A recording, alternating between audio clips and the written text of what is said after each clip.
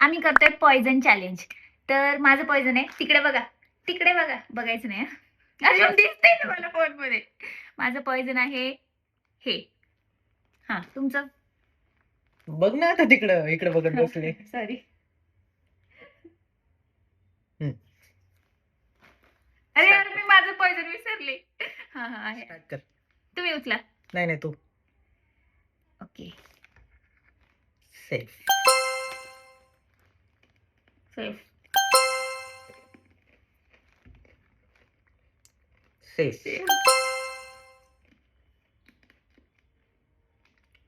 Safe. My god. Safe.